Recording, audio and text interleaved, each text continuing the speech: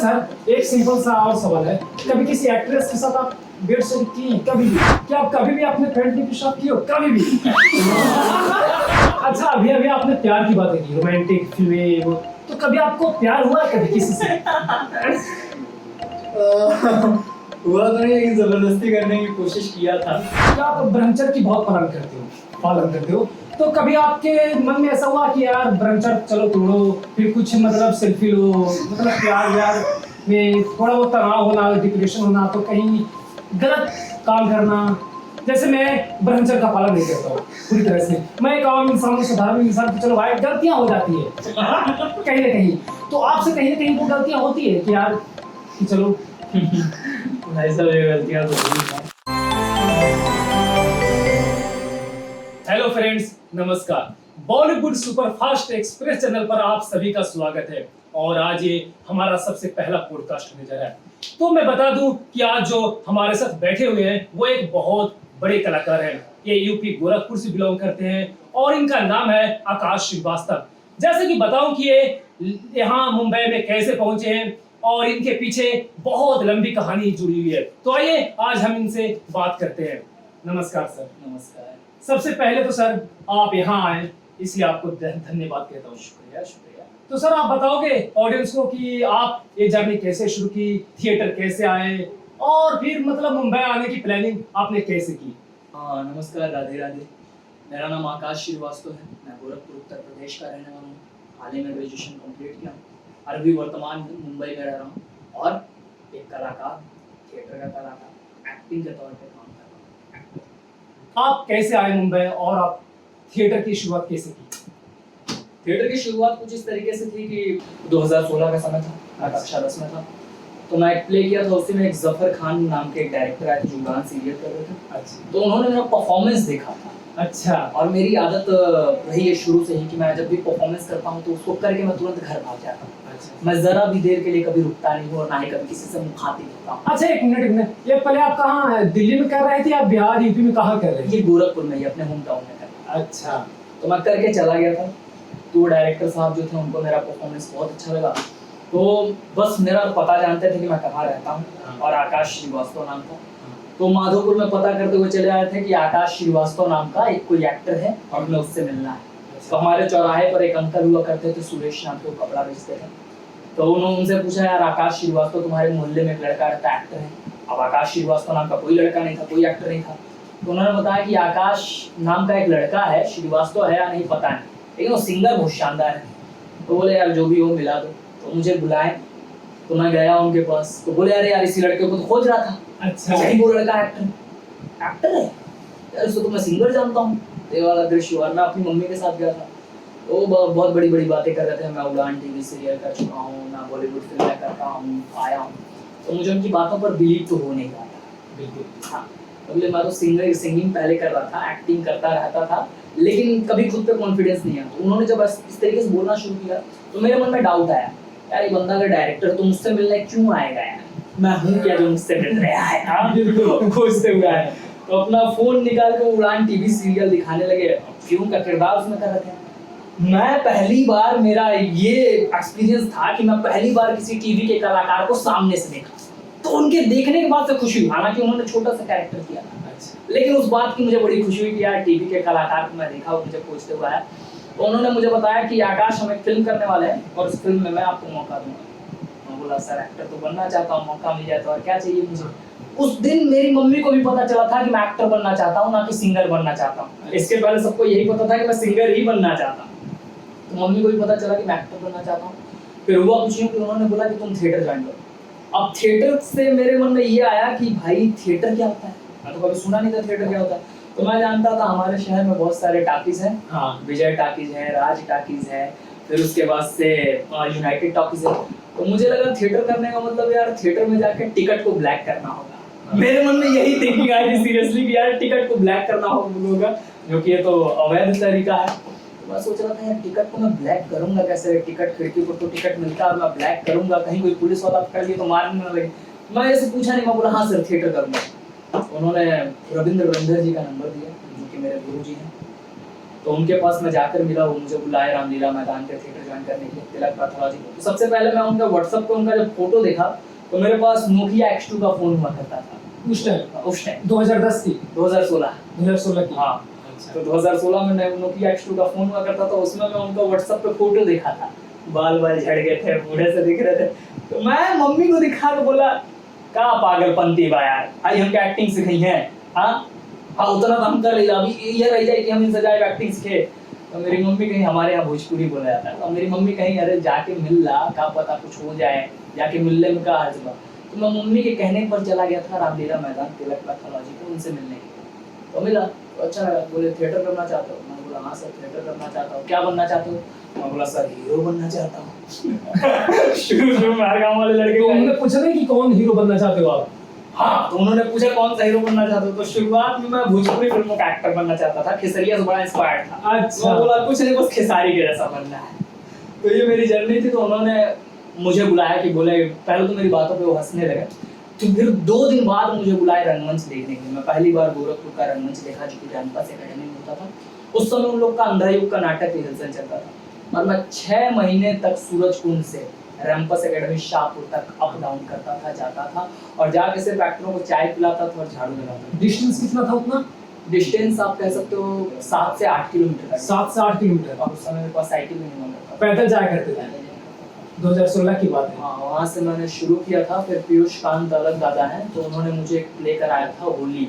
होली मैंने छोटा सा कैरेक्टर किया था, और 2017 से ये जर्नी तब से लेके अब तक चली रही है। उसके बाद से मैंने बहुत सारे प्ले किए, और लगभग मैं गोरखपुर के सारे निर्देशकों के अंडरों में काम कर चुका, यहाँ तक कि नेशनल स्कूल ऑफ ड्रामा के टीचरों के साथ भी काम किया, जिसमें आलोक चटर्जी दादा रहे, मनोज शर्मा दादा रहे, चित्रंजन त्रिपाठी सर रहे, वामन केंद्रे सर रहे, राजीव सर रहे। तो आप कह सकते हो कि मैं बहुत सारे लीजेंड गुरुओं से भी एक्टिंग सीख रहा हूँ। अच्छा। और फिर क्या आप दिल्ली भी गए थे थिएटर के लिए? हाँ, दिल्ली भी मैं थिएटर के लिए गया। 2 महीने का मैं वर्कशॉप किया था नेशनल स्कूल ऑफ ड्रामा का। अच्छा। और मैं तकरीबन 5 प्ले में नेशनल स्कूल ऑफ ड्रामा में कर चुका। अच्छा, एनएसडी के बारे में कुछ ऑडियंस को बताएंगे आप? हाँ, एनएसडी का कुछ यूं सीन हुआ था कि मैं 12th करने के बाद से भाग गया था। मुंबई तो देखा नहीं था। हाँ। क्योंकि छोटे से शहर से बिलोंग करता था, और जेब में पैसे हुआ नहीं करते थे, तो मैं भाग गया था। क्यों? एक्टिंग करने के लिए भूत चढ़ा था। पढ़ाई में तो हम एक्टरों का दिमाग पहले से ही नहीं लगता है, कभी नहीं लगता है। हाँ। तो मैं एक्टिंग करने के लिए भाग गया था शहर छोड़ के। तो दिल्ली में मेरा एक दोस्त हुआ करता था, अभय नाम का। तो मैं उसके पास चला गया था, भाई मैं दिल्ली आ रहा हूँ यार, कोई जॉब वॉब लगवा देना। तो मेरे मन में बस यही ख्याल था कि मुझे जॉब करना है। वो भी जॉब ही करता था? जॉब ही करता था। अच्छा। तो मैं गया, तो मैं उसके पास मयूर विहार में वो रहता था। तो मयूर विहार में मैंने एक पोस्टर देखा था कि मोनो एक्टिंग का कंटेस्ट हो रहा है। और उस समय मोनो एक्टिंग क्या होता है मुझे कुछ पता नहीं था। तो मैं उन लोगों से पूछा कि भाई मोनो एक्टिंग क्या होता है, तो किसी को कुछ मालूम ही नहीं, कोई बता ही नहीं रहा था। तो मैं एक बार देख रहा था यूट्यूब पर सर्च करके कि मोनो एक्टिंग क्या होती है। तो मोनो एक्टिंग ये होती है कि कई सारे कैरेक्टरों को अपने अंदर धारण करके एक ही इंसान कई सारे कैरेक्टरों को बयां करता जाता है, वही मोनो एक्टिंग। तो मैंने एक प्ले तैयार किया था सकीना करके। उस प्ले को मैंने वहाँ पर किया, तकरीबन 15 मिनट का प्ले था, और मैं उसमें फर्स्ट आया, विजेता हो गया। वाह। और 25,000 का मुझे इनाम मिला था। क्या बात है। अच्छा। तो ये 25,000 का इनाम जब मुझे मिला, तो सर बैठे थे सामने, सर का नाम कुछ मुझे याद अभी नहीं आ रहा है, देवेंद्र राज अंकुर, उस समय अध्यक्ष हुआ करते थे नेशनल स्कूल ऑफ ड्रामा के। तो उन्होंने मुझसे पूछा कि इंस्टीट्यूट के बारे में जानते हो? मैं बोला नहीं जानता। तो उन्होंने बताया, सबका फोटो दिखाया कि ओमपुरी, नसरुद्दीन शाह, मनोज वाजपेयी, नवाजुद्दीन सिद्दीकी, ये सब लोग यहीं से पढ़े हैं, यहाँ से पढ़ना चाहोगे? मैं बोला हाँ सर पढ़ना चाहूँगा, क्यों नहीं पढ़ना चाहूँगा, कहाँ तक तुम्हारी पढ़ाई है? मैं बोला सर 12th किया हूँ, और उसके बाद से भाग आया एक्टिंग करने के लिए, एक्टर बनना है, तो मैं भाग आया। तो उन्होंने बताया कि बेटा गाँव जाओ अपने, और वहाँ से ग्रेजुएशन करो, तब तुम इस कॉलेज में अप्लाई कर सकते हो। तो फिर मैं अपने सर को कॉल किया, सर मैं वापस आ रहा हूँ और मैं आपके साथ प्ले करूँगा, और आप जो बोलोगे वो मैं करूँगा, लेकिन बस मेरा एडमिशन करा दें। तो मेरे सर ने और मेरी मम्मी ने बहुत मिलकर मेरा दिग्विजयनाथ कॉलेज में एडमिशन कराया, और मैं फिर वहाँ से जाके अपना ग्रेजुएशन कंप्लीट किया, और तकरीबन 6 साल में जुड़ के एकदम बराबर रंगमंच किया, सबके साथ रंगमंच किया। और आप कह सकते हो कई सारे शहरों में मैं गया प्ले करने, बड़े बड़े निर्देशकों के साथ काम किया। बस। अच्छा, फिर वहाँ से मुंबई की शुरुआत कैसे हुई? हाँ, मुंबई की शुरुआत कुछ यूं तरीके से हुई कि उसी समय से मैं देखता रहता था मोबाइल पे कि कहाँ पे कौन सा रिक्वायरमेंट आ रहा है, तो एक बार मैं भाग कर चला गया था भरतपुर। भरतपुर। हाँ, एक डायरेक्टर ने मुझे बुलाया था हाँ। कि आपके प्रोफाइल लॉक हुआ है और आप भरतपुर आ जाओ, 6,000 रुपये आपके लगेंगे और मैं आपको एक फिल्म दे रहा हूँ, वेब सीरीज है डिज्नी हॉटस्टार के लिए, तो आपको करना है। अब मैं मम्मी से पैसा मांगने लगा कि मुझे 6,000 रुपये दो, मुझे जाना है भरतपुर। तो मम्मी ने पैसा नहीं दिया। मम्मी ने कहा तुम पहुंचो, मैं पैसा देती हूँ तुम्हें जाके। तो मैं भरतपुर पहुंच गया, स्लीपर की टिकट कटा के भरतपुर। अब वहाँ पर जाके मैं डायरेक्टर को फोन कर रहा हूँ कि सर मैं भरतपुर आ गया हूँ और कहाँ रुकना है। तो वो कह रहा है कि होटल में चले जाओ, होटल में जाके ठहरो और पैसा लेकर आए हो। अब बोला सर पैसा लेकर नहीं आया हूँ, लेकिन आप मुझे होटल दिखा दो तो सुबह तक पैसा आ जाएगा। वो डायरेक्टर कह रहा है, मुझे गाली वाली भी देने लगा कि तुम पैसे लेकर नहीं आया, मैं तुम्हें विश्वास से बुलाया और ये पेड कास्टिंग है, तुम पैसा नहीं दिए। तो मैं मम्मी को फ़ोन कर रहा हूँ, मम्मी यार पैसा भेज दो यार। वो बोल रहा है कि आने के लिए, और शाम हो गया था, शाम में मैं ठहरूंगा, पहली बार घर से बाहर निकला था। तो मम्मी ने पैसा नहीं दिया। तो पहली बार ऐसा मन में आया कि यार मैं अपने काम को करना चाहता हूँ और मेरी फैमिली वाले मेरा सपोर्ट नहीं कर रहे हैं। तो ये बहुत गंदा वाला एक्सपीरियंस रहा। मैं मम्मी से झगड़ भी गया था कुछ। दर्द तो काफी हुआ होगा। बहुत ज़्यादा। मैं मम्मी से बात नहीं कर रहा था, मम्मी का फ़ोन नहीं रिसीव कर रहा था। मैं रैन बसेरा में जाके एक रात पूरा रुका और एक रात, उस पूरी रात में रो रहा था। अच्छा, वो आपके डैड क्या करते थे, मतलब उन्होंने आपको सपोर्ट किया? नहीं, एक्टिंग के लिए तो मेरी मम्मी के अलावा मुझे किसी ने सपोर्ट नहीं किया कभी भी। अभी तक करते हैं आपके डैड सपोर्ट? कोई नहीं, मम्मी के अलावा कोई नहीं सपोर्ट करता। और मम्मी फुल सपोर्ट करती है। आज मैं जो भी कर रहा हूँ, कुछ भी कर रहा हूँ, कहीं मम्मी के बदौलत ही। अच्छा, एक बात और बताइए कि फिर मुंबई शहर में आप स्ट्रगल कैसे कर रहे हैं?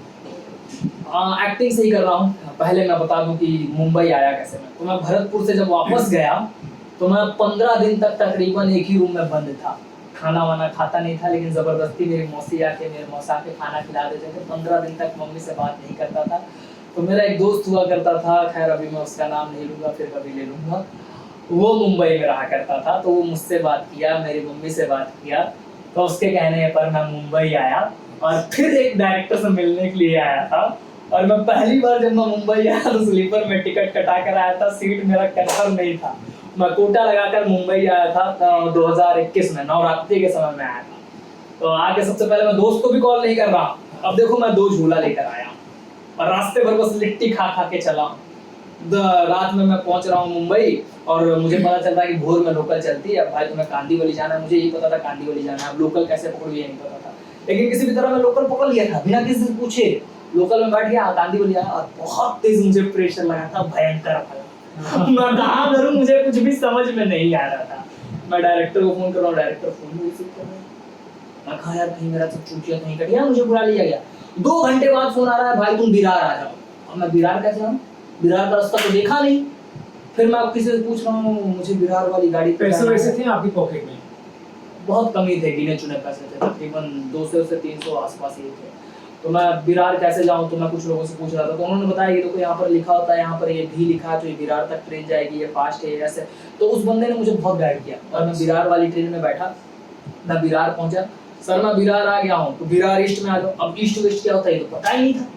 अब मैं पूछ रहा हूँ स्टेशन पे, सर विरार ईस्ट कहाँ पड़ेगा, मुझे विरार ईस्ट में जाना है। अच्छा विरार ईस्ट में उतर, और फिर वहां पर मैं गया तो कह रहा मेरा एक टीवी सीरियल चल रहा है, 8,000 रुपए दो, तुम्हें डायरेक्ट शूट पर भेजता हूँ, डायरेक्ट सेट पे। अच्छा, मैं बोला सर सेट पर भेज दो, मैं पैसा शाम तक आपको करवा देता हूँ। नहीं अभी एग्रीमेंट होगा, अभी 8,000 रुपए रखो और मैं तुम्हें डायरेक्ट सेट पर भेजता हूँ। देखो ये मौका सबको नहीं मिलता, तुम बड़े किस्मत वाले हो, तुम्हें मैं मौका दे रहा हूँ। तो 8,000 रुपए मांगा। फिर मेरे दिमाग में ख्याल है तो यार मम्मी पैसा नहीं दे रही, मम्मी नहीं चाहती, मम्मी मेरी सबसे बड़ी दुश्मन है, शायद ये मुझे आगे बढ़ने से रोक रही है। मेरे मन में ये सब थॉट आता था।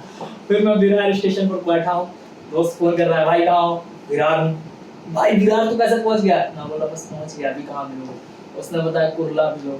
कुर्ला में गया, बाल बड़े बड़े किया था, बांधा था सर पे, गमछा उमछा बांधा था, 2 बैग लिया था, दाढ़ी वाड़ी बहुत बड़े थे। वो देखते ही कहा भाई तू तो एकदम गाँवटी लग रहा है, लेकिन उसने बहुत मदद किया। एक ही दिन में उसने मुझे जुहू घुमाया। अच्छा, बीच बीच पे घुमाया, मजा आया बकायदा।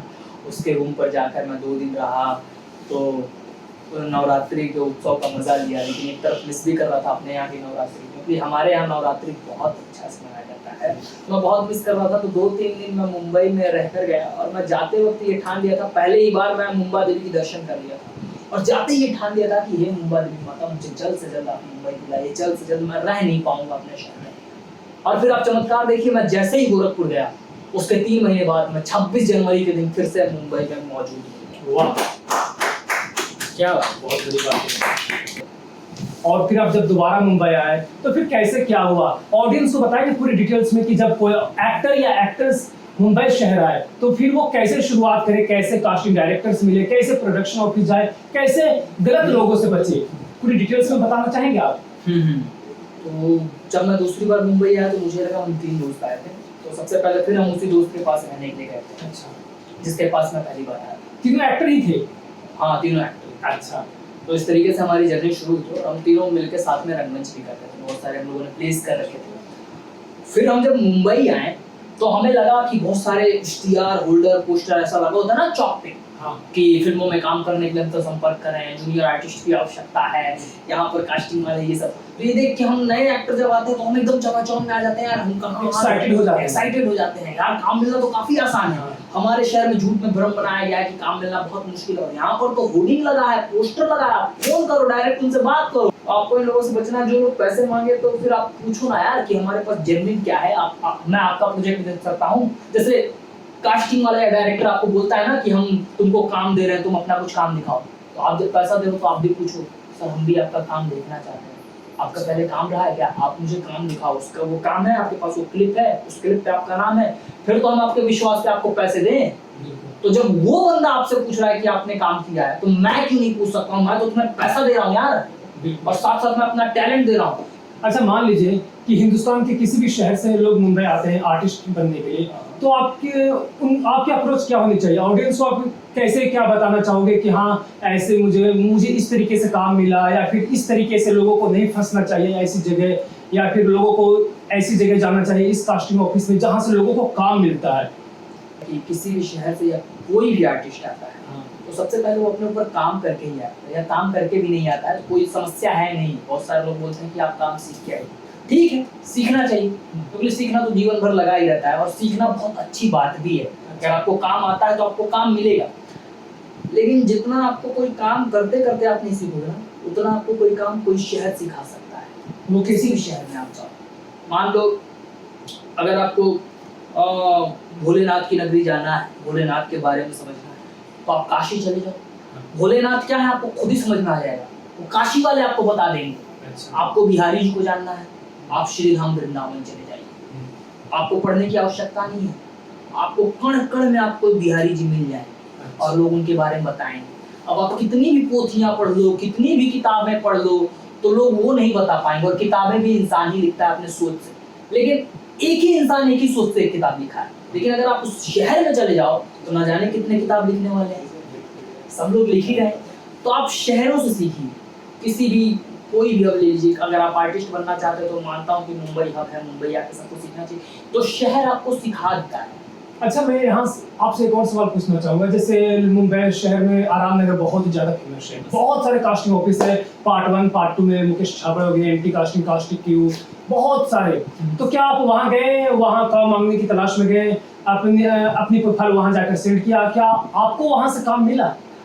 हाँ, मैं भी शुरुआत में आया तो एमसीसी में गया, कास्टिंग क्यू में गया, कास्टिंग डे में गया, हर जगह जहाँ एंटी कास्टिंग, जहाँ अप्रोच कर सकता हूँ वहाँ मैं अपना ऑडिशन देने के लिए अप्रोच किया। लेकिन ऑडिशन आज के समय में कहीं चल ही नहीं रहा है। अगर किसी दूसरे शहर से यहाँ मुंबई लोग आए एक्टर बनने के लिए, तो वो मतलब कैसे क्या काम करे, कास्टिंग डायरेक्टर के पास अपनी प्रोफाइल कैसे सेंड करे, लोग मुंबई शहर आकर एक्टर कैसे बने, जिनके सपने बड़े बड़े हैं, तो वो कैसे तैयारी करे एक्टर बनने की, जब कुछ नहीं चल रहा है? तो फिर क्या कुछ बताना चाहेंगे ऑडियंस को? हाँ, सबसे पहले तो वो अपने शहर में जितना काम कर सकते हैं, जितना सीख सकते हैं सीखें, वरना मुंबई आए, मुंबई आके जाने, चीजों को समझें। आजकल आपको सबका ईमेल आईडी आपको इंस्टाग्राम पे मिल जाएगा, सबका पेज आपको इंस्टाग्राम पे मिल जाएगा, सब फॉलो करके रखिए। सब जो भी रिक्वायरमेंट निकलेगी आपको अपडेट इंस्टाग्राम पर मिलता रहेगा। तो आप किसी भी शहर में रहते कोई भी काम कर सकते हो।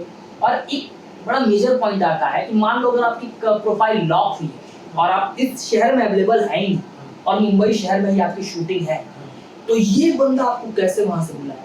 चलो बुला भी लिया पैसा वैसा दे के, अगर मैं कास्टिंग वाला हूँ तो मैं आपको पैसा वैसा दे के बुला भी लिया, लेकिन आप मेरे टाइम पे ना पहुंच पाओ तो फिर मेरे आप किस काम के लिए? तो इसलिए ये जानते हुए कि आपको इस शहर में आना बहुत ज्यादा आवश्यकता है, जरूरी है इस शहर में आना काम पाने के लिए, तो आप इस शहर में आइए, इस शहर को समझिए। और जद्दोजहद तो हर काम के लिए करना पड़ता है यार। आप खुद ही सोचो, अपने ही शहर में काम करो, तो ना जाने कितने समय लग जाते हैं अपने ही शहर में नाम बनाने के लिए, अपनी ही पहचान बनाने के लिए। तो हम तो दूसरे शहर में अब जा रहे हैं, तो वहाँ पर तो नई पहचान क्रिएट करनी है, नई पहचान बनानी है, नया और लोगों से मिलना है, नया ऑरा बनाना है। तो आइए चीज़ों को समझिए, करिए, करते करते हो जाता है। अच्छा, मैं आपसे एक और सवाल पूछना चाहूंगा कि मुंबई में आपको कैसे कैसे लोग मिले, कि फिर मुंबई को आप कैसे जाने कि हाँ यहाँ काम होता है, यहाँ काम नहीं हो रहा है, तो कैसा फील हो रहा है मुंबई शहर में कि हाँ काम मुझे मिल रहा है, नहीं मिल रहा है, तो फिर कैसा चल रहा है? अभी तो आप कह सकते हो मुझे काम मिल भी रहा है और काम नहीं भी मिल रहा है। कुछ काम कह सकते हो कि मैं अपने एटीट्यूड की वजह से छोड़ दे रहा हूँ। अच्छा, है भाई, जो है वो है, एटीट्यूड है थोड़ा सा काम छोड़ने का, क्योंकि उसका पैसा मुझे उतना नहीं मिल रहा है। बिल्कुल। और काम भी कुछ ऐसा है कि आप किसी को दिखा नहीं सकते, तो ऐसा काम करने का कोई मतलब ही नहीं जो आप काम किसी को दिखा ना सकते। तो वो काम करो जो काम आप किसी को दिखा सकते हो, तो वैसा काम मुझे अभी मिल ही नहीं रहा है। तो मैं भी कभी कभी बहुत होपलेस हो जाता हूँ, यार मैं कमी कहाँ कर रहा हूँ, हर चीज़ जानता हूँ, हर चीज़ कर ही रहा हूँ, आपको जो चाहिए आप बोलो, मैं नहीं दूँ फिर आप कहना मैं उतना करके दूंगा, लेकिन मुझे काम अभी नहीं मिल रहा है जो चाहिए मुझे, जिस हिसाब का मुझे काम चाहिए मिल रहा है। अच्छा, मैं एक सवाल और पूछना चाहूंगा। जब भी आप किसी कास्टिंग डायरेक्टर, किसी प्रोडक्शन में जाते हो, तो आपसे सवाल पूछा जाता है कि आप किस इंस्टीट्यूट से पास आउट हो, किसी छोटे इंस्टीट्यूट से हो या बड़े इंस्टीट्यूट से हो? कभी ये सवाल किया गया है आपसे? नहीं, मुझसे तो अभी तक कभी नहीं किया गया। कभी नहीं किया गया। बड़े बड़े एनएसडीज होते हैं या फिर मुंबई पुणे से होते हैं, बड़े बड़े इंस्टीट्यूट से होते हैं, तो उन्हें काम जल्दी भी मिलता है। यहाँ मुंबई शहर में बहुत सारे आर्टिस्ट होते हैं, मतलब हर दिन बहुत लोग आते हैं, लेकिन कई लोग 6 महीने साल भर चले जाते हैं, उन्हें काम नहीं मिलता है। लोग निगेटिव होते हैं, चले जाते हैं, कई लोग पागल हो जाते हैं काम ना मिलने की वजह से। कई लोग नर्वस होते हैं, कुछ लोग अपने घर वालों के सपोर्ट पर आते हैं, फिर पैसे ना होने की वजह से चले जाते हैं। कई लोग मुंबई, दिल्ली, कलकत्ता कुछ काम धंधा करते हैं, फिर कुछ ना मिलने की वजह से कुछ नौकरियां करनी शुरू कर देती है। तो बहुत तरह की बातें चलती है यार कि काम नहीं मिल रहा है, काम मिल रहा है, तो इसके बारे में ऑडियंस को कुछ बताएंगे? तो मैं एक ही चीज़ जानता हूँ कि कोई भी शिक्षा तब तक अधूरी रहती है जब तक आप किसी प्रशिक्षण संस्थान से पास आउट होते हो। आपने जो कहा कि एनएसडी वाले, टीआईआई वाले, बीएनए वाले को जल्दी काम मिल रहा है, तो ये भी एक भ्रम है कि जिसने टीआईआई किया है, एनएसडी किया है, बीएनए किया है, उसको काम जल्दी मिल रहा है। ऐसा कुछ भी नहीं है, उनको भी उतना ही लड़ना पड़ रहा है जितना कि काम कलाकार को लड़ना पड़ रहा है। तो ये क्या है कि एक प्रशिक्षण आपको एक लोगो दे देता है कि आप एनएसडी पास आउट हो, बीएनए पास आउट हो या टीआईआई पास आउट हो, सेम है, सेम दोनों पैटर्न है। तो इसका ये नहीं है कि आपने टीआईआई किया है, एनएसडी किया है, बीएनए किया तो आपको जल्दी काम मिल जाता है। लेकिन शिक्षा के लिए प्रशिक्षण बहुत ज़्यादा ज़रूरी है। अब प्रशिक्षण आप कहाँ से लेते हो ये बहुत मायने रखता है। प्रशिक्षण वही आपको नेशनल स्कूल ऑफ ड्रामा में एक एनवायरनमेंट मिल जाता है काम करने का। बाकी काम वही सेम है जो आप अपने शहर में थिएटर में कर रहे हो, वही चीजें बताई जाती है जो आपको आपके शहर में बताई जा रही है, वही नेशनल स्कूल ऑफ ड्रामा में बताई जाती है। बस फर्क इतना है कि आपको अपने शहर में आपको लगता है कि हमारे जो गुरुजी हैं, हमारे जो एक्टिंग कोच हैं, वो छोटे आदमी है, वो हमें 2 ही घंटे के लिए मिलते हैं, और आप किसी प्रशिक्षण संस्थान में जाते हो तो आपको 24 आवर के लिए मिलते हैं। आपको लाइब्रेरियां मिलती हैं, एक्टर्स मिलते हैं, तो आप डेली उनसे मिल रहे हो, डेली बातचीत कर रहे हो, तो आपका कॉन्फिडेंस बिल्डअप होता है, आप ज्यादा काम कर लेते हो। लेकिन काम जो यहाँ हो रहा है वही काम वहाँ भी हो रहा है, दोनों काम सेम है, बस यहाँ का है, यहाँ पे आपको ज़्यादा थोड़ा कॉन्फिडेंस ज़्यादा मिल जाता है, और यहाँ पर कॉन्फिडेंस कम है। क्योंकि आप कभी अगर हम जब मैच्योर थिएटर करते हैं तो यार साल में बहुत गिना चुना हम लोग प्ले कर पाते हैं, मुश्किल से 5 से 6 ही प्ले कर पाते हैं, और यहाँ पर आपको तो आप 12 महीने काम कर रहे हो। तो बस ये आपको होपलेस नहीं होना है कि एनएसडी वालों को काम अच्छे से मिल रहा है, क्या यार जरूरी नहीं कि जिसने नेशनल स्कूल ऑफ ड्रामा किया है उसको बहुत अच्छे से एक्टिंग आती है। भाई जिसने कभी नहीं थिएटर किया है वो भी बहुत अच्छी एक्टिंग कर रहा है। इमरान हाशमी को आप ले लो, कौन सा उसने थिएटर कभी किया है, कहाँ से पास आउट है, समझ होना चाहिए। अब आप कह रहे हो थिएटर वालों को काम नहीं मिलता, थिएटर वालों को काम मिलता भी है बहुत जल्दी, और नहीं मिलने का एक अलग ही रीजन होता है, क्योंकि थिएटर वालों में बहुत ज्यादा एक अलग प्रकार का ईगो होता है। भाई मैं तो 7 सालों से थिएटर कर रहा हूँ, मैंने इतने बड़े बड़े कैरेक्टर किए हैं, मैंने तो फाड़ के रखा है थिएटर में, पब्लिक पागल होती है मेरे लिए। तो ये एक अलग सा एटीट्यूड उन लोगों ने क्रिएट कर रखा है। और एक मेजर पॉइंट जो होता है थिएटर के कलाकारों में वो है कंटिन्यूटी, कि अगर आपने एक बार पढ़ लिया स्क्रिप्ट तो आपने अपने दिमाग में ऑरा बना लिया और आपने सेट कर लिया कि ये जब क्यों मिलेगा तभी मैं ये डायलॉग्स बोलूंगा, क्यों भाई आप डायलॉग्स बोलोगे। लेकिन मान लो सामने वाला आपका को एक्टर है, उसके दिमाग में कुछ और चल गया और उसने ऑन द स्पॉट कुछ और इम्प्रोवाइजेशन कर दिया और आपको क्यों नहीं मिला, तो आप इंतजार कर रहे हो, सर मुझे तो क्यों नहीं दिया, मैं कैसे बोलूं, मेरा तो क्यों ये था, मैं बोला। तो ये मेजर पॉइंट है थिएटर वालों ने, इसलिए थिएटर वालों को थोड़ा सा उस तरीके से देखा है। लेकिन थिएटर वालों को काम बहुत जल्दी मिलता है, तो जो थिएटर वाला सुलझा हुआ व्यक्ति है, जिसने काम किया, जिसने रंगमंच को समझा। एक होता है एक्टर और एक होता है थिएटर का एक्टर। थिएटर का एक्टर सारी चीजें जानता है, लाइटिंग भी जानता है, म्यूजिक भी जानता है, फिर बैक स्टेज भी नॉलेज रखता है कि कौन सा सेट लगेगा, कौन सा कॉस्ट्यूम लगेगा, कौन सा प्रॉपर्टी है। अब जो सिर्फ और सिर्फ एक्टिंग पे फोकस कर रहा है, सिर्फ जान रहा है कि मैं एक्टर ही हूँ, एक्टिंग ही कर रहा हूँ, एक्टिंग कर रहा हूँ, तो बस कंटिन्यूटी ट्रैक कर लेता है, फिर वहीं पे गलतियां करता है। थिएटर वालों को काम मिलता है। अच्छा, एक चीज मैं और भी पूछना चाहता हूँ कि जो लोग एक्टिंग में आते हैं तो क्या एक एक्टिंग एक गोल लेकर आना चाहिए या फिर साइड वर्क भी उनके पास एक होना चाहिए कि नहीं चलो अगर इन फ्यूचर में मैं एक्टर नहीं बन पाता हूँ तो कोई एक साइड से एक वर्क हो जिससे मैं आगे इन फ्यूचर में कर सकूँ, मुझे कोई बाद में रिपेंट ना हो कि यार मैं एक्टर नहीं बन पाया, टेंशन में डिप्रेशन में कई लोग हताश हो जाते हैं, सुसाइड कर लेते हैं, बहुत तरह की बातें होती है। मुंबई शहर में बहुत लोग मतलब बहुत कुछ लोग पागल हो चुके हैं एक्टर ना बनने की वजह से, तो इसके बारे में डिफाइन करेंगे, ऑडियंस को कुछ बताना चाहेंगे? इसके बारे में तो मेरे पास सवाल नहीं है, लेकिन मैं जो अपना कॉन्सेप्ट लेके चलता हूँ तो मेरा सीधा सिंपल सा ये कॉन्सेप्ट है कि अपने आप से क्यों ये सवाल करना कि मैं बनूंगा या नहीं बनूंगा, या साइड बिजनेस को लेके चल रहा हूँ या साइड जॉब लेके चल रहा हूँ। जब आप खुद ही अपने ऊपर संदेह व्यक्त कर लिए कि पता नहीं बनूंगा या नहीं बनूंगा, सामने वाला तो आप पे संदेह करेगा ही ना। सामने वाला आपको तोड़ने के लिए बैठा है, आप अपने आप को कैसे लेके चलते हो, किस तरीके से खाट करते हो, किस तरीके से डटे रहते हो, ये आप पर निर्भर करता है। खुद ही अपने ऊपर संदेह जता दिए कि पता नहीं मुझसे होगा या नहीं। वो एक पॉइंट, संदेह का पॉइंट क्यों आ रहा है? या तो आपकी ट्रेनिंग नहीं अच्छे से हुई है, या तो आप तैयारी ही नहीं की उस लेवल की कि मैं कर सकता हूँ। आप बस उसको देख रहे हो, आप स्टारडम देख रहे हो, आप काम नहीं देख रहे हो, आप एक्टर को नहीं देख रहे हो, एक्टर का काम नहीं देख रहे हो। एक्टर के टूल्स तीन ही है, आपको सिर्फ तीन ही टूल्स पे काम करना है। आपको आपके तीन टूल्स क्या है? बॉडी है, वॉइस है और आपका माइंड है। अब एक्टर क्या काम करता है? वो जाके डांस सीखेगा, वो जाके सिंगिंग सीखेगा, वो जाके जिम में बॉडी बनाएगा, एक्टिंग सीखेगा ही। अपने स्किल्स पे काम ही नहीं करना, अपने स्किल्स पे काम ही नहीं करना, अपने क्राफ्टिंग पे काम ही नहीं कर रहा और संदेह व्यक्त कर रहा है, यार मैं एक्टर बनूंगा ना बनूंगा, कल क्या होगा। 7 साल हो गए यार, मुंबई शहर में कुछ नहीं मिल रहा यार, हमारे घर वाले क्या सोचेंगे यार, शादी के डेट करीब आ रहे हैं यार, मेरी उम्र हो रही है। जाहिर सी बात है यार, जब आप ही पटकी खाने के लिए तैयार हो तो सामने वाला तो आपको पटकेगा ही, वो तो आपका कमजोर पक्ष ढूंढ ही रहा है तो पटकेगा। तो आप अपने ऊपर संदेह मत व्यक्त करिए। डिप्रेशन होता है, रोना आ रहा है, कभी काम नहीं मिल रहा है, खुल के रो लीजिए, अपने दोस्त के पास जाइए, खुल के रो लीजिए, यार भाई मैं कहाँ गलती कर रहा हूँ। क्योंकि आपको सबसे ज्यादा जो संभालेगा ना बाहर, वो आपका दोस्त है। वो आपको बूस्टअप करेगा कि दोस्त तू कर, लड़, मैं तेरे साथ हूँ। और आप डिप्रेशन में जाओगे, अकेले रहने से इंसान डिप्रेशन में आता है, तो आप रो लीजिए, किसी को कंधा बना लीजिए। लेकिन कुछ इंस्पायर्ड एक्टर होते हैं, वो लड़कियों को कंधा बना लेते हैं, यही आपकी माइनस पॉइंट। इससे बचिए। वो कुछ एक्टर मेरे ऑडियंस को कुछ ऐसा करके दिखाना चाहते हैं जो आपने कभी थिएटर में किया होगा, वो किरदार, वो एक्टिंग कुछ याद है आपको? हाँ, बहुत सारे एक्टिंग मैंने किए हैं, बहुत सारे कैरेक्टर किए हैं। और आप मुझसे पूछो कि आकाश तुमने पहला प्ले कब किया था, और पहले प्ले का राइटर कौन है, पहले प्ले का निर्देशक कौन है, पहले प्ले का आपका डायलॉग कौन सा था, तो मैं उस लेवल का आर्टिस्ट हूँ, सब चीज आपको बता सकता हूँ। किस डेट पर किया था वो भी बता बड़ी बात है। तो वो कुछ ऑडियंस को कर दिखाइए। अभी मैं करता हूँ एक अश्वत्थ थामा की स्पीच है, बहुत प्यारी स्पीच है और बहुत फेमस स्पीच है, हर कोई वही करता है। अच्छा। और अब आप मानो कोई भी एक्टर अगर नेशनल स्कूल ऑफ ड्रामा की तैयारी करते हुए जा रहा है या बीएनए की तैयारी कर रहा है, तो वो डायलॉग बहुत मेजर है और वो एक चटनी हो गया, सारे एक्टर वही बोल रहे हैं। अच्छा। सारे एक्टर एक ही तरीके से बोल रहे हैं।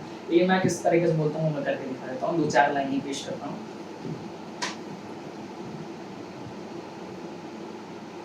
ये मेरा धनुष है, धनुष अश्वत्थामा का, जिसके प्रत्यंचा स्वयं गुरु द्रोण ने चढ़ाई थी।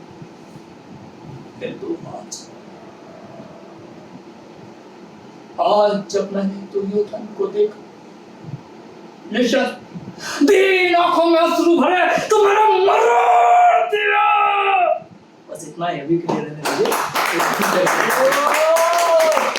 बहुत बड़ी बात है, बहुत बड़ी बात है। और जो ये आपका एक्सप्रेशन था वो देखने लायक था। शुक्रिया, शुक्रिया। अच्छा, ये जो आपने जो प्ले में जो अश्वत्थामा का जो किरदार किया था, पहले किसी और थिएटर में, दिल्ली में, पटना में, मतलब यूपी में कहीं भी किया था?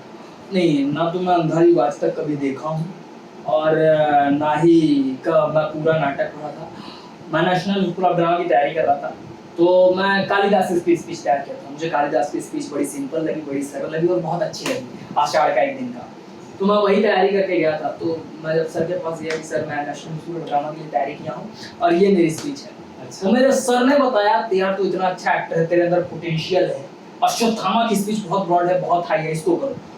मैं बोला सर वो कुछ स्पीच ऐसी है कि वो मेरे फ्लो में आ ही नहीं पा रही है, तो उसको बोलूँ कैसे, क्योंकि मैं अंधा युग कभी पढ़ा नहीं था और वो कविता वाला प्ले है, मतलब सारे उसके जो डायलॉग्स हैं वो काव्यात्मक है और काव्य मुझे पता नहीं था काव्य का क्या होता है।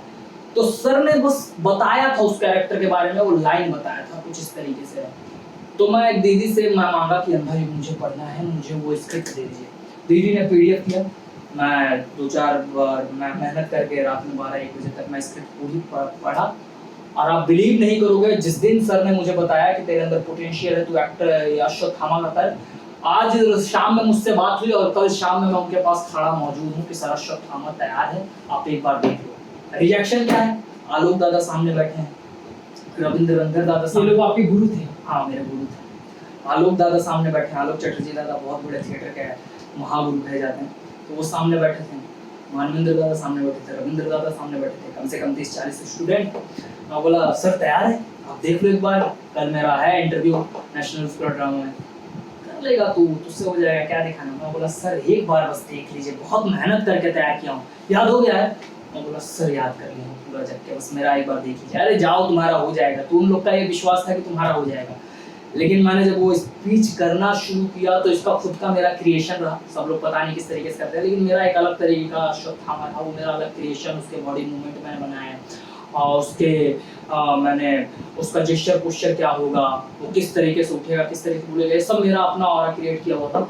तो जैसे ही मैं वो पूरी स्पीच बोल के उठता हूँ तो गड़गड़ गड़गड़ाहट तालियों की स्वागत होती है और मेरे सारे दोस्त मुझे यही बोलते हैं कि आकाश वो दिन दूर नहीं है जब तुम इसी गलियों से 4 व्हीलर से घूमोगे। ये मेरे लिए बहुत बड़ी अपॉर्चुनिटी थी और मैं नेशनल म्यूजिकल ड्रामा में भी जब जाके परफॉर्म किया तो पैनल में बैठे हुए लोग मेरी तारीफ कर रहे थे। अच्छा, अभी आपको मुंबई में मतलब कुछ फिल्में मिली है, कुछ ऑफर हुआ है? हाँ कुछ ऑफर हुआ। मैं भी एक फिल्म किया था 1922 प्रतिकार चौरी चौरा, मेरी पहली हिंदी फिल्म थी, हिंदी फीचर फिल्म किया, रवि किशन उसमें हीरो था, उसमें मेघू अली का किरदार किया, तो वो फिल्म रिलीज हो चुकी है। एमएक्स प्लेयर पे एक सीरीज किया इंसाफ मिलेगा, जो अभी हंगामा पे अवेलेबल है। एक फिल्म मैं अभी किया हूँ डिज्नी हॉटस्टार के लिए, दज्जाल, जिसमें बहुत बड़ी भूमिका नहीं है लेकिन बहुत अहम भूमिका है, एक शराबी की भूमिका है। वो किरदार क्या था? शराबी का किरदार। शराबी का। हाँ, तो डिज्नी हॉटस्टार के लिए ये किया हूँ। तो अभी कुछ प्रोजेक्ट आने वाले हैं, तो फिर आ जाता हूँ, फिर मैं रिवील करता हूँ कि कौन कौन सा प्रोजेक्ट है। 7-8 मुझे टेलीफिल्म बहुत पहले ही ऑफर हो गई, जो कि दूरदर्शन पे अवेलेबल है। कब की ये बात है? ये बात है आप 2020 और 21 की। उस समय आप कहाँ, यूपी में थे? हाँ यूपी में ही, गोरखपुर में। मैंने बहुत सारा काम किया और बहू बेटी टेलीफिल्म आती थी, मैं वो किया। आज़ादी का सफ़र आता था, आज़ादी के सफ़र में मैंने भगत सिंह का कैरेक्टर किया। फिर एक मैया मैं तेरी घर की वो लाली, वो एक टेलीफिल्म आती थी, उसमें काम किया। तो 7-8 ऐसे टेलीफिल्म में किया। अच्छा। और यूट्यूब के लिए शॉर्ट फिल्म वगैरह कम से कम दर्जनों भर किया मैं। और उसके बाद अभी कार्यरत हूँ रंगमंच पे। आप बात कीजिए तो रंगमंच में मैं कम से कम 15 प्ले कर चुका हूँ, जिसमें होली मेरा प्ले रहा है, होली मेरा सबसे पहला प्ले रहा है, सम्राट अशोक रहा है, दीक्षा रहा है, क्रांतिवीर आज़ाद रहा है, फिर अभी महाबली रहा है, जो कि इस बार हमारा ये नाटक भारंगम में सेलेक्ट हुआ था, भारत रंग महोत्सव नेशनल स्कूल ड्रामा में। महाबली रहा है, किस्सा मौजपुर का रहा है, कफन रहा है, और ऐसे कई सारे नाटक रहे, मोटे राम का निमंत्रण रहा है। तो ये सब मैं नाटक करता रहा हूँ, मेरा रंगमंच की जर्नी। तो आपके सबसे फेवरेट नाटक कौन से रहे प्ले? अरे ये तो बहुत टफ क्वेश्चन है, बहुत ही मुश्किल सवाल है। तो मेरे तो सारे प्ले मेरे बहुत फेवरेट थे और मैंने जो प्ले में जो कैरेक्टर निभाया वो मेरे फेवरेट कैरेक्टर थे। अब आप किसी से पूछो, किसी बाप से कि तो आपका सबसे चाहता लड़का कौन है, तो जवाब दे पाएगा। तो इसलिए जो मेरा कैरेक्टर मेरे जितने हैं, मेरे सारे कैरेक्टर मुझे बहुत प्रिय है। एक नाटक मैं करता हूँ अभी, पॉपकॉर्न अभी हाल ही में तैयार किया हूँ, दया शंकर की डायरी तैयार किया हूँ। तो ये दोनों प्ले मेरे दिल के बहुत करीब है, ये कभी मौका लगा तो मैं इसको मंचन भी करूँगा। तो यही है अभी। अच्छा सर, एक सवाल यहाँ पर मैं और भी ऐड करना चाहूँगा कि आप अपनी लाइफ में 10 साल बाद या 15 साल बाद कहाँ देखना चाहते हो फ्यूचर में अपने आप को? फ्यूचर में तो मैं अपने आप को देखना चाहता हूँ कि यार एक बड़ी फिल्म में, एक बड़े फ्रेम में मैं दिखूं, और दिखना लाजमी है, वो तो मुझे दिखना ही दिखना है।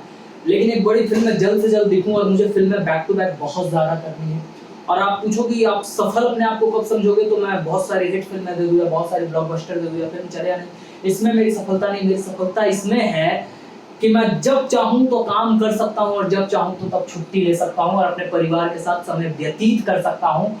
और मुझे एक्सप्लोर करने की बहुत मेरी दिलचस्पी रहती है, हर शहर को एक्सप्लोर करने की। तो मैं उन शहरों पे जाके अपने आप को एक्सप्लोर कर सकूँ, यही मेरी सफलता है, यही मैं चाहता हूँ। अच्छा, एक सवाल और है कि वो कौन से ऐसे एक्टर हैं जिनके साथ आप काम करना चाहते हो? सबसे पहले आप किनके साथ काम करना चाहते हो? सबसे पहले मैं यश जी के साथ काम करना चाहता हूँ, अपने केजीएफ स्टार। अच्छा अच्छा, मैंने सुना है कि आपके दोस्त, आपके भाई जो हैं, आपको भी रॉकी भाई के नाम से बुलाते हैं। हाँ, बुलाते हैं। एक्चुअल में उसका भी एक रीजन रहा है कि केजीएफ जब रिलीज हुई थी तो सबके ऊपर वो वाला भूत सवार था, तो मेरे ऊपर कुछ ज्यादा ही सवार था। मैं भी उनकी तरह बाल रखने लगा था, दाढ़ी वाड़ी रखने लगा था, और सब लोग बस उस तरीके से लुक रखते थे, लेकिन मैंने पूरा स्टाइल उनकी तरह रख लिया था, और मैं उनको कॉपी भी करने लगा था। उनके डायलॉग्स बोलना, उनके बॉडी लैंग्वेज को कॉपी करना, उनकी तरह बोलना, हर चीज मैंने कॉपी कर लिया था। इसलिए उनका एटीट्यूड भी एक कॉपी था, तो लोग मुझे रॉकी भाई बोलते थे, अच्छा लगता था रॉकी। तो फिर कटवाया क्यों ये बाल आपने?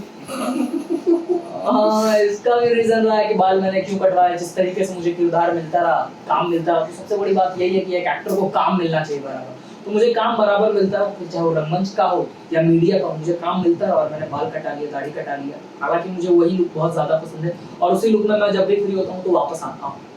अच्छा, क्यों ना एक रॉकी भाई का छोटा सा डायलॉग हो जाए ऑडियंस के लिए? Violence, violence, violence. I can't like it. But violence likes me. I can't ever. अभी तक हम लोगों ने जाना कि इनकी पूरी लाइफ के बारे में, कि मुंबई संघर्ष करने के लिए कैसे आए, और जैसे कि बता दूं कि अब मैं बात करने जा रहा हूं इनकी पर्सनली लाइफ के बारे में। इनकी कितनी गर्लफ्रेंड रह चुकी है, इनके कितने ब्रेकअप हो चुके हैं, इनकी पूरी लाइफ के बारे में, इनकी हॉबी के बारे में, इनके पूरी लाइफ के बारे में जानते हैं डिटेल से। तो आकाश भाई, अब आप बताइए कि आपके सबसे फेवरेट एक्टर कौन है? एक्टर सबसे फेवरेट, शुरुआती दौर में तो जब मैं बहुत छोटा हुआ करता था, जब मैं एक्टर बनने के लिए सोचा था, तो राज कपूर साहब को मैं देखता था, उनकी बहुत सारी फिल्में देख रखा था। अच्छा। और वही मेरे आइडल थे। मतलब राज कपूर साहब जैसा एक्टर बनना है, और राज कपूर साहब मेरे आइडल थे, तो लाइन जोन की फिल्में देख रखा था। फिर एक दौर आया केजीएफ का, अभी है भी, वो कह सकते हो आप। तो फिल्म लगी थी केजीएफ, और मैं केजीएफ स्टार को जानता नहीं था, ये है कौन भाई, क्या नाम है। और इनकी बार मैं एक फिल्म पहले देख रखा था, मास्टरपीस। वो फिल्म से मैं बहुत इंस्पायर्ड हूँ, और मैं वैसी ही फिल्में करना चाहता हूँ। अच्छा, एक्चुअल में कि मुझे मास्टरपीस जैसी फिल्म मिले तो मैं बहुत अच्छी एक्टिंग कर सकता हूँ। तो मास्टरपीस में फिल्म देख रखा था। फिर केजीएफ बहुत चर्चाएं सुन रहा था कि केजीएफ बहुत अच्छी फिल्म है, ये है, देखो देखो। तो मैं केजीएफ देखा, तो मैं तो भाई यार, ये तो वही एक्टर है मास्टरपीस वाला। हाँ। और केजीएफ देखने के बाद से मैं उनको सर्च करने लगा कि भाई इस बंदे का नाम क्या है, ये बंदा कौन कौन सा फिल्में किया है, कौन कौन सी फिल्में किया है। तो उनका नाम पता चला, यश है। और मैं पहली रोमांटिक फिल्म आप कह सकते हो देखा, तो मैं यश जी की देखा। अच्छा। जिसका नाम है एक नाम तो है क्या नाम है, गुगली। हाँ, बहुत रोमांटिक फिल्म। और उस फिल्म को देखने के बाद से मेरे अंदर एक भड़ास निकली, यार ये हीरोइन हर हीरो को इतना परेशान क्यों करती है, इतना रुलाती क्यों है, हर हीरो के साथ ऐसा होता है। लेकिन वो इतनी रोमांटिक फिल्म, इतनी अच्छी फिल्म, मुझे इतना एंटरटेन की ना कि मतलब स्टेशन पे जाके मिलना, स्टेशन पे हीरोइन को गले लगाना, वो सीन मुझे इतना प्यारा लगा क्लाइमेक्स का। वहां से मेरे अंदर आया कि मुझे भी भाई प्यार करना है, एक बार तो प्यार करना है, एक बार को रस लेना है। तो वहां से गुगली फिल्म देखा था, और वहां से रोमांस मेरे अंदर जगा था, और मैं फिर वहां से रोमांटिक फिल्में देखना शुरू किया था। फिर मैं शाहरुख खान की रोमांटिक फिल्में देखना शुरू कर दिया। अच्छा। वरना इसके पहले मैं रोमांटिक फिल्में नहीं देखता था। यश के बाद? हाँ, केजीएफ के बाद उनकी गुगली फिल्म देखने के बाद। अच्छा। वरना सिर्फ और सिर्फ मैं साउथ की फिल्में देखता था, सिर्फ मार खाता। और जो मेरा एक्टर फेवरेट हुआ करता था, अगर वो मार खाता था तो मुझे दुख होता था कि भाई मेरा फेवरेट एक्टर मार क्यों खा है, क्यों इसको कोई मार रहा है, इसकी हीरोइन को कोई दूसरा क्यों ले जा रहा है, ये मन में जलती।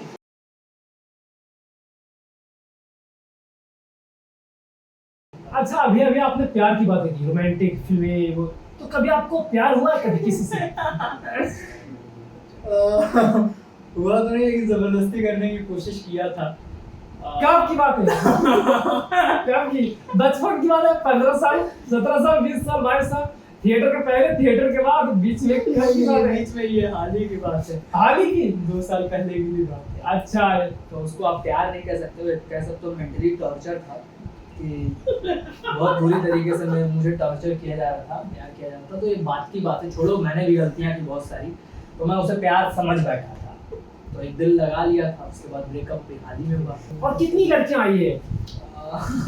ये तो आप व्यक्तिगत सवाल कर लिए, लेकिन इसका जवाब यही है कि आप एक तरीके से देखो तो मेरी जिंदगी में अभी तक कोई भी लड़की नहीं है, कोई भी नहीं। जेन्युइन बता रहा हूँ, एकदम सच्चाई वाली बात बता रहा हूँ कि कोई भी लड़की नहीं है। हालांकि वो मेरा भ्रम था कि हाँ ये लड़की आ गई, एक चाहत होती है ना, हर लड़कियों को चाहत होती है कि यार ये बड़ी क्यूट लड़की है यार, ये बड़ी सुंदर लड़की है यार, ये मिल जाती तो यार बात बन जाती। तो ये मेरे मन में भी आया, लेकिन आज तक लाइफ में कोई लड़की नहीं आई और कोई लड़की मिली भी नहीं। अप्रोच हाँ 1-2 बार किया, लेकिन असफल रहा। अच्छा, मुझे किसी से पता लगा आपकी फ्रेंड से कि आप ब्रह्मचर्य की बहुत पालन करते हो, तो कभी आपके मन में ऐसा हुआ कि यार ब्रह्मचर्य चलो तोड़ो, फिर कुछ मतलब सेल्फी लो, मतलब प्यार व्यार में थोड़ा बहुत तनाव होना, डिप्रेशन होना, तो कहीं गलत काम करना? जैसे मैं ब्रह्मचर्य का पालन नहीं करता हूँ पूरी तरह से, मैं एक आम इंसान हूँ, साधारण इंसान की, चलो भाई गलतियाँ हो जाती है कहीं ना कहीं, तो आपसे कहीं ना कहीं वो गलतियाँ होती है कि यार कि चलो भाई साहब ये गलतियाँ तो हुई हैं, बहुत बुरी तरीके से हुई है। हाँ मैं ब्रह्मचर्य का पालन करता हूँ और करता भी था। बीच में कभी ऐसा हुआ कि टूटा भी, लेकिन मैंने सेल्फी कभी नहीं किया, कभी नहीं किया। हुआ कुछ यूँ कि वासना और उत्तेजना हर इंसान के मन में जगती है, कभी ना कभी तो जगती है। और आजकल हम जिस वातावरण में रह रहे हैं तो वही सब चल ही रहा है, और खासकर हम जिस फील्ड से आते हैं वो सब छोड़ दो, बात की बात है। लेकिन आजकल जो हमारे पास सबसे अच्छा एक गैजेट है ये मोबाइल, तो आप इसको या फेसबुक खोलो या इंस्टाग्राम खोलो या यूट्यूब खोलो, तो कहीं ना कहीं वो सब चीज़ें दिखी जाती है। तो उत्तेजना हर इंसान के मन में जागना वो स्वाभाविक है, वो कि नेचुरल है, नैसर्गिक गुण है इंसान के। तो मेरे अंदर भी जगी, लेकिन मैंने कभी आज तक वो सब नहीं किया था। मुझसे छोटे छोटे बच्चे, एक बार मैं गया था दिल्ली शो करने, वहाँ पर छोटे छोटे बच्चे रात में फ़ोन लेके देख रहे थे कुछ वीडियोस, तो मैं देखा भाई ये सब क्या देख रहा हूँ, छोटे छोटे, काफ़ी मुझसे छोटे छोटे। तो एक बार मैं मोबाइल पे सर्च करने की कोशिश किया, आया ही नहीं, मुझे लगाने ही नहीं आया। तो फिर मैं दोबारा पूछा कि कैसे होगा, तो दोबारा एक लड़के ने लगा के दिया। अच्छा, हम लोग जब फिल्म कर रहे थे तभी ये कांड हुआ हमारे साथ। अच्छा, कौन सी फिल्म? 1922 प्रतिकार चौरी चौरा, यूपी में ही? हाँ यूपी में, गोला बाजार में हम लोग थे, शूटिंग चल रहा था। और ऐसा हुआ कि रात में भाई मस्ती करते हैं, तो मैं चेस वगैरह खेलने लगता हूँ और रात में मैं रिहर्सल करता हूँ। तो वो सब पूरा ग्रुप में लगा के वीडियोस देख रहे थे, तो मैं भी देखने लगा। मैं बोला कौन सी एक्ट्रेस है, तो एक एक्ट्रेस का नाम बताया, तो एक्ट्रेस मुझे भी बहुत अच्छी लगी। तो मैं बोला कि उसके वीडियोस कैसे आते हैं, तो मैं ऐसा सर्च किया। तो सारे दोस्त ऐसा कहते थे भाई तू ये कर ले, तू वो कर ले, तो मैं कभी करता नहीं था, मैं जानता नहीं था होता क्या। तो कभी कभी मन में बहुत ज़्यादा उत्तेजना जग जाती थी। तो नाइट फॉल तो कई बार क्या होता था, मैं दोनों ऐसे टांगों को यूं दबा देता था और बहुत जोर का दबाता था, बहुत जोर का। एक बार हो गया, तो यहीं से शुरू हुआ था और यही आज भी करता हूँ। तो एक बार जब हो गया था तो मैं रगड़ रगड़ के 3-4 बार धोया भी था, अपने आप से मुझे घिन भी आ रही थी कि भाई ये क्या हो गया, ये क्या मैं कर दिया। और 3-4 बार आप बिलीव नहीं करोगे, मैं साबुन से रगड़ रगड़ के धोया। और मुझे अपने आप से बहुत घृणा हुई थी। मैं अपने दोस्तों से बोला यार ऐसी बात हुई, तो दोस्तों ने मुझे संभाला, बोला ये आम बात है, नॉर्मल बात है, सबके साथ होता है। तब मुझे जाके थोड़ा सा सुकून मिला, वरना इसके पहले मैं बहुत ज़्यादा परेशान हो गया था कि यार मैंने क्या कर दिया। तो ये होता। अच्छा, आप बताइए वो एक्ट्रेस कौन थी, उनका नाम थोड़ा लेना चाहिए। अरे मरवाएंगे क्या, उस एक्ट्रेस का नाम मत बुलवाइए। अरे थोड़ा बहुत मतलब कौन थी? भोजपुरी की एक्ट्रेस थी, हिंदी फिल्म की एक्ट्रेस थी, साउथ की एक्ट्रेस थी, कौन थी? यार उसका नाम कुछ, क्या नाम था, डैनी डेनियल्स। Danny Daniels. अच्छा, आप डैनी डेनियल्स या सनी लियोनी के साथ कभी आपको काम करने की अपॉर्चुनिटी मिले तो क्या आप इनके साथ काम करना चाहोगे, इतने बड़ी एक्ट्रेस के साथ? ये सीक्रेट, जब काम करूंगा तब बताऊंगा। कभी भी इन फ्यूचर में काम करूंगा तो बताऊंगा, जरूर बताऊंगा। चलिए कोई बात नहीं। किस किरदार में अपने आप को? और फिर आप अपनी ऑडियंस से पूछते हैं कि कभी आप लोग कोई सवाल करना चाहेंगे सर के साथ? अभी कोई भी? अच्छा सर, डैनी डेनियल्स कौन है? फॉरेन स्टार है। तो आप पॉर्न स्टार के एक्ट्रेस बता रहे थे। हाँ भाई, वो भी सब एक्ट्रेस ही तो है। आपको वीडियो में सबसे ज्यादा क्या अट्रैक्ट करता है पॉर्न स्टार को, जो आप देखते क्या देखता है? फोर प्ले अच्छा लगता है या फिर गैंग बैंग, कौन सी आपने देखी? वो सब सीक्रेट है, वो सब जो है। अच्छा सर, एक सिंपल सा और सवाल है, कभी किसी एक्ट्रेस के साथ आप डेट शेयर किए हैं कभी भी? अरे गुरु, ऐसी मेरी किस्मत ही नहीं रही कभी। नहीं, क्योंकि सर आप इतने बड़े कलाकार हो सर, थिएटर के हो, आपको यूपी बिहार हर जगह जानते हैं, दिल्ली के एनएसडी के लोग जानते हैं, बड़े बड़े कलाकार आपके साथ काम कर रहे हैं अभी भी देखो इस इंडस्ट्री में। तो आपकी कई एक्ट्रेस मतलब आपकी क्लोज हो चुके होंगे, मतलब चलो यार थोड़ा बहुत हो जाता है, इस इंडस्ट्री में तो आम बात है। तो कभी हुआ है कि यार थोड़ा बहुत? सबसे पहले तो कलाकार छोटा है बड़ा नहीं होता, कलाकार कलाकार होता है। बस एक ये है कि उसका जोनर अलग हो जाता है और कुछ नहीं। कलाकार वही है जो काम वो बस नाम वो बड़ा हो जाता है, काम बड़ा हो जाता है, बाकी कलाकार छोटा बड़ा नहीं होता है। तो मैंने काम किया, बहुत काम किया, लेकिन मुझे कभी ऐसा किस्मत ऐसा चांस मिला ही नहीं कि कोई लड़की मेरे साथ बेट शेयर करे।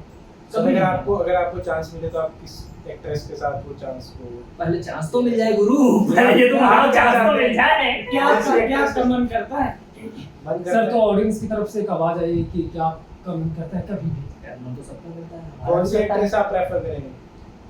अगर आपको चॉइस दे दी जाए कि सारी एक्ट्रेस लाइन में खड़ी कर देगी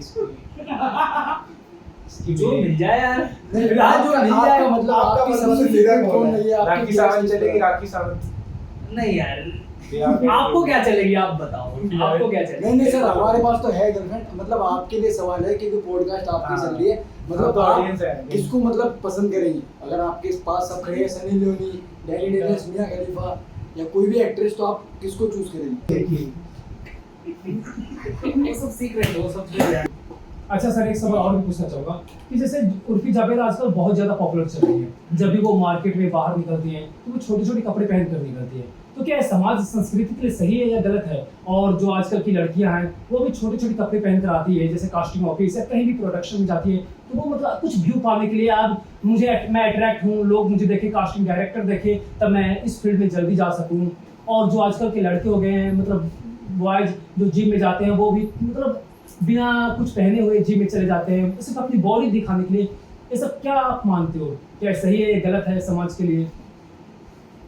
तो छोटे कपड़े पहनना गलत बात नहीं है, लेकिन जिस्म को दिखाना ये बहुत ज़्यादा ही गलत बात है। तो देखिए क्या है कि छोटे कपड़े पहनना गलत बात नहीं है, जिस्म को दिखाना गलत बात है। आपके शरीर और को आपके छोटे कपड़े भी ढक सकते हैं, लेकिन आप किस तरीके के कपड़े का सिलेक्शन करते हैं ये आपके सोच पर डिपेंड करता है कि आप किस तरीके के कपड़े का सिलेक्शन करते हो। अब आप बोलो कि जिम में लोग जाते हैं छोटे कपड़े पहनते हैं, तो वो अपने जिस्मों की नुमाइश नहीं करते। एक्चुअल में जिम में जाके आपको हल्के कपड़े चाहिए ही चाहिए, छोटे कपड़े चाहिए कि आपके स्टिचिंग खुल सके, आपका बॉडी फ्री रिलैक्स महसूस कर सके। अब लड़कियां पहन रही तो गलत बात नहीं है। उर्फी जावेद के बारे में सिर्फ कुछ गलत नहीं कहना नहीं, मैं किसी के बारे में कुछ गलत नहीं कहना चाहूँगा। कि ये समाज के लिए क्या सही है, गलत है, इस तरीके से सर कह सकते हो आप समाज के लिए गलत है, बहुत गलत है। क्योंकि कोई भी लड़की, अगर मेरी ही लड़की हो, अगर मेरे सामने छोटे कपड़े पहन कर बाहर निकले और अपने जिस्मों की नुमाइश करे, तो जाहिर सी बात वो गलत है भाई। फिर उसमें गलती नहीं है, गलती तो मेरे अंदर है कि मैंने उसको किस तरीके की शिक्षा दी है, तो सर किस इंडिया तरीके के संस्कार दिए हैं। तो सर इंडिया के लॉ इसे रोकते क्यों नहीं है इन चीजों को? लॉ कैसे रोकेगी यार? जिस चीज का व्यापार चल रहा है, लॉ उसको कैसे रोक सकती है? अब आप बोलोगे तो बिहार में शराब बंद है, यूपी में क्यों नहीं बंद है? तो सबसे ज्यादा कमाई भी तो उसी से हो रही है, ठीक है। तो कपड़े अभी इस समय जो चल रहे हैं वो छोटे इसीलिए चल रहे हैं क्योंकि उसकी कमाई हो रही है, लोग उसी को पूछ रहे हैं। अब आप गर्मी में 4 कपड़े पहन के घूम नहीं सकते, एक ही कपड़े पहनोगे। तो खुला पहन ले रहे हो तो क्या कोई गलत काम नहीं करो, बस ये है कि आप कपड़ों का सिलेक्शन अच्छे करो। शॉर्ट्स तो मैं भी पहनता हूँ, मैं भी ऐसा हाफ पैंट पहन के निकल जाता हूँ। हाँ, पहले मुझे शर्म लगता था, आप बिलीव नहीं करोगे, मैं चड्डी पहन के ही नहाता था। मैं आज तक कभी नंगे नहाता ही नहीं था। अकेला रूम में बैठा हूँ और मैं पूरे कपड़े पहनकर ही सोता था। तो ये हुआ करता था कि मैं आज से 1 वर्ष 1.5 वर्ष पहले मैं दोस्तों के साथ भी सोता था, तो टी शर्ट और हाफ पैंट या लोअर प्रॉपर पहन के सोता था, और मैं नंगे कभी नहीं नहाता था, चड्डी पहन के ही नहाता था। और चड्डी बदलता भी था तो पहले लुंगी लपेट लेता था, तब बदलता था। मैं अपने जिस्म को नंगा नहीं देखता था, तो दूसरे को तो देखना बहुत दूर की बात है। तो कहा जाता है कि नजर तो बदलिए नजारा बदल जाता है, लहरों को छोड़िए किनारा बदल जाता है। तो आप किस नजर से लोगों को देखते हो, ये बहुत बड़ी बात है। अच्छा सर, एक सवाल और है कि आप कभी भी अपने पेट में पेशाब किए हो? कभी भी? ये आपने बहुत अच्छी बात की। यार ठंडी के मौसम में चलो हो जाता है कभी कभी। ठंडी के मौसम में नहीं, ये हमारे साथ हमेशा हुआ करता था। बहुत पुरानी बात नहीं है, बहुत अभी नई बात है। मैं कुछ 4-5 साल पहले भी बिस्तर में ऐसा पेशाब कर ही देता था। तो आप एक तरीके से बीमारी भी कह सकते हो। तो मेरी मम्मी मुझे चावल खिलाती थी, किसी आंटी ने उनको प्रेफर किया था कि आप उसको जला हुआ चावल खिलाए तो बिस्तर पे पेशाब करना बंद कर देगा। तो मेरे साथ ये सीन था, मैं बहुत बार बिस्तर पे पेशाब कर देता था। मुझे लगता था कि मेरी मम्मी मुझे ले जा रही है पेशाब कराने, क्योंकि मेरे साथ एक बहुत बड़ा वाला ये सीन रहा है कि मैं रात में कभी जगता ही नहीं हूँ। मुझे कितना भी तेज पेशाब लगा है, पास में मेरे 4-5 लोग सोए हैं, लेकिन वो वाली हिम्मत नहीं होती थी कि मम्मी पेशाब लगेगा। क्योंकि मैं भूत से बहुत ज्यादा डरता था, बहुत ज्यादा, अभी भी डरता हूँ। तो ये वाली हिम्मत नहीं होती थी। तो मैं सपने में हमेशा देखता था कि मेरी मम्मी मुझे पेशाब कराने के लिए ले गई है और मैं पेशाब किया, और जैसे ही सुबह होता था तो मेरे ऊपर लाठी बरसती थी, क्योंकि मैंने पेशाब बिस्तर पे कर दिया है। तो ये मेरे साथ सीन हुआ करता था। तो मेरे दोस्त, अगर आपको भी ऐसी बीमारी हुई होगी जब किस रात को पेशाब हो जाता है या फिर कुछ भी हो जाता है, तो आप जले हुए चावल खा सकते हो, चाहे वो आपके दोस्त हो, यार हो, रिलेटिव्स हो, जो भी हो। अच्छा, जैसा कि ऑडियंस की तरफ से एक सवाल है कि आजकल की जो लड़कियां हैं वो वन पीस कपड़े पहन कर घूमती है, जैसे उनके आधे पैर, उनकी बॉडी आधी दिखती रहती है। तो आजकल के जो लड़के हैं वो ऐसे कपड़े पहन सकते हैं? और क्या जो आजकल के लड़के हैं वो इस तरह के कपड़े पहनकर, आधे कपड़े पहनकर, उनके पेट दिख रहे हैं, उनके कपड़े दिख रहे हैं, उनके पैर दिख रहे हैं, तो क्या वो ऑफिस जा सकते हैं इस तरह के कपड़े पहनकर? लड़के तो ऐसा कर ही नहीं सकते, और अगर कर भी दिए तो जाहिर सी बात है, सबसे पहले तो हम लड़कों में उतनी वैरायटी बनती ही नहीं कपड़ों की जितना लड़कियों में बनती है। तो क्या है कि आपके पास वैरायटी है नहीं पहनने के लिए। आपके पास घूम फिर के या तो पैंट शर्ट आएगा, या तो कैजुअल आएगा, जीन्स टी शर्ट आएगा, और या तो आप लोअर टी शर्ट पहनो। अरे वो तो लड़की बना लेंगी, लड़की की बना ली, चलो मान लिया। तो आप खुद ही सोचो कि अगर आप कपड़े उठा के घूम रहे हो, ऐसे पहन के घूम रहे हो, तो आजकल के लोग बहुत करते हैं, जो कि लोग अशिक्षित हैं। शिक्षित लोग ऐसा कभी नहीं करते, ऑफिस वाले कभी नहीं करेंगे, आपको दिखते। लेकिन अगर आप बाजार में घूमो तो वही एक सब्जी वाला है तो अपने शर्ट को इस तरीके से इतना उठा के खड़ा रहता है, हवा खाने के लिए, कहता है हवा खाने। एक शराबी को देखो तो वो पैंट अपना नीचे एकदम उतार के घूमता है, और आपका दोस्त भी हो तो शराबी को उसका पैंट हमेशा नीचे रहेगा और इस तरीके से चलेगा। आप उससे बार बार कहोगे भाई पैंट ऊपर कर ले यार, बहुत गंदा दिख रहा है, लेकिन वो नहीं करता, उसको लगता है वो फैशन है। तो बस यही है कि बहुत सारे लड़के भी ऐसा है जो करते हैं, लेकिन वो अशिक्षित हैं इसलिए करते हैं। अब आप जो दिखाना चाहते हो वही लोग देखते हैं। तो आजकल की लड़कियां क्या शिक्षित है, शराबी है जो वो इस तरह के कपड़े पहनकर घूमती है? नहीं, मैंने ये नहीं बोला कि लड़कियां अशिक्षित हैं या लड़के अशिक्षित हैं। मैं बोला जो लोग अशिक्षित हैं वो ऐसा करते हैं, जो लोग शिक्षित हैं वो ऐसा करते ही नहीं। और मान लीजिए लड़कियां जो दिखाती हैं वो गलत है भी और नहीं भी है। आप खुद ही सोचो कि अगर आप कोई काम कर रहे हो और मैं आपको बोल दिया यार मत करो यार, बहुत गंदा कर रहे हो, तो आप नहीं करोगे, आपको अपने ऊपर संदेह होगा। तो अगर कोई लड़की भी है तो आप एक बार उसको बोल दो, लड़कियां या लड़के कोई भी कपड़ा पहनने से पहले 20 बार किसी ना किसी से पूछते हैं यार ये कपड़े मेरे ऊपर कैसे लग रहे, अच्छे लग रहे, तो आप एक बार टोक दो यार ये अच्छा नहीं लग रहा, थोड़े अच्छे कपड़े पहन लो, तो भी पहनना शुरू कर देंगे। लेकिन हम लोग टोकते ही नहीं है, वो दिखाती है और हम लोग देखना चाहते हैं। तो आप दिखाना चाहोगे तो सामने वाला देखना तो चाहेगा ही चाहेगा। तो आप दिखा रहे हो तो सामने वाला देखेगा, आप नहीं दिखाओगे तो सामने वाला नहीं देखेगा। अच्छा, जैसा कि अभी कपड़े की बात हो रही थी, तो मैं आपसे एक आखिरी सवाल और करना चाहूंगा। जैसे कि आप जो ये कपड़े पहन रखे हो, तो मतलब कि पहले भी आपके दोस्तों को मैंने पहनते हुए देख रखा है, तो क्या आप ऑडियंस को बताना चाहोगे कि क्या लिखा हुआ है इस कपड़े के बारे में, पूरी डिटेल्स देना पसंद करोगे? हाँ, ये मेरा टी शर्ट, ये मेरा बहुत फेवरेट टी शर्ट है। आप देख सकते हो क्या लिखा है, इस पर लिखा है हु एम आई और क्वेश्चन मार्क। इस टी शर्ट को मैंने ही डिजाइन किया है, मैंने ही बनाया। और इस टी शर्ट पे आने से पहले एक आपको एक किस्सा सुनाना चाहूँगा कि ये मेरा यूनिफॉर्म है।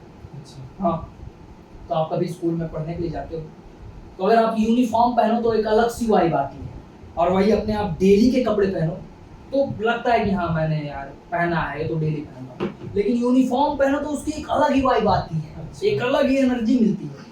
तो ये मैंने बनाया है अपना यूनिफॉर्म एक कलाकार के लिए, मुझे एक बड़ी प्यारी सी एनर्जी मिलती है। और एक इस पे मैं हु एम आई क्यों लिखवाया हूँ, इसका भी एक रीज़न है। मैं पैदा हुआ, मैं लड़का हूँ, लड़की हूँ, तो किस्मत पे था, भगवान ने बना दिया, तो मैं जानता हूँ मैं लड़का हूँ। मैं कौन हूँ? मेरी मम्मी ने मेरा नाम दे दिया, मैं आकाश हूँ। लेकिन मैं कौन हूँ मुझे नहीं पता। तो मैं एक एक्टर हूँ, मैं ये बोल सकता हूँ, लेकिन मैं कौन हूँ रियल में, मैं कौन हूँ?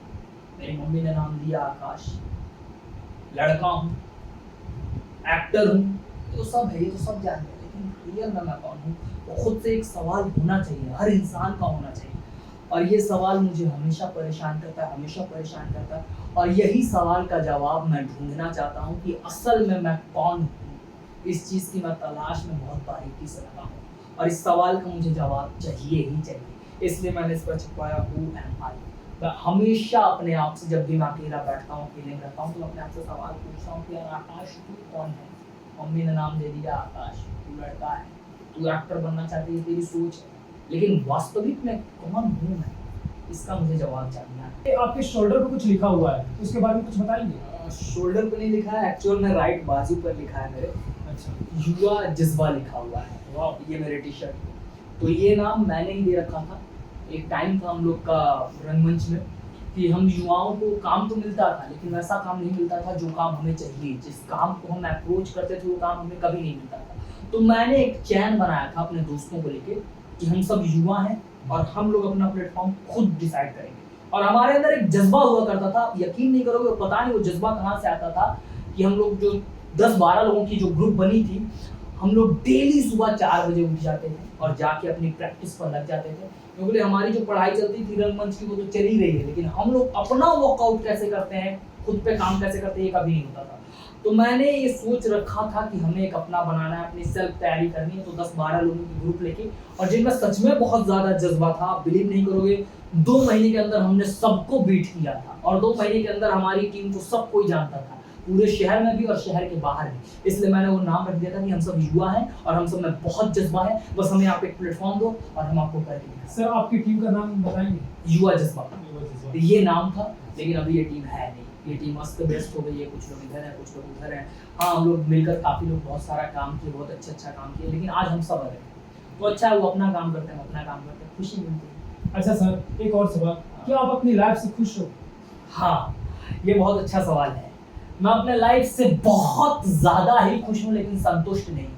वो क्यों सर? संतुष्टि तो दोस्तों मुझे तब तक नहीं मिलेगी जब तक मैं ये ना जान लूँ कि मैं कौन हूँ, रियल में मैं कौन हूँ। मैं एक्टर हूँ, मैं स्टार हूँ, तो बात की बात है, तो जनता डिसाइड करेगी। रियल में मैं कौन हूँ, ये इसका जवाब जब तक मुझे नहीं मिलेगा, मैं संतुष्ट नहीं हो पाऊंगा। यही संतुष्टि नहीं है।